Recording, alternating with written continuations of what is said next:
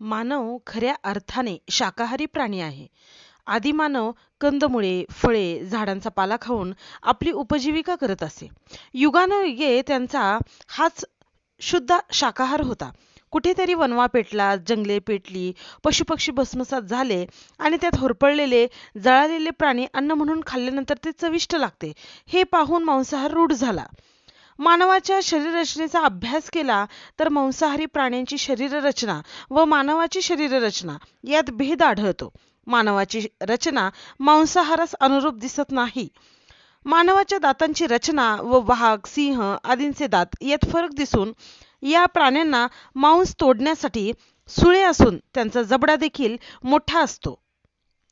शाकाहारी प्राण्यांचे नेत्र बदामी आकाराचे लंब वर्तुळाकार असून उदाहरणार्थ मानव, गाय, घोडा, हत्ती इत्यादी.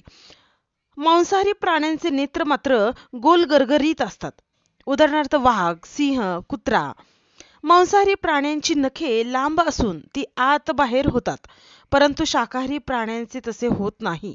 मांस कुरतडण्यास त्या प्राण्यांना नखांचा उपयोग होतो, म्हणून मानवाचा खरा आहार हा शाकाहारच आहे.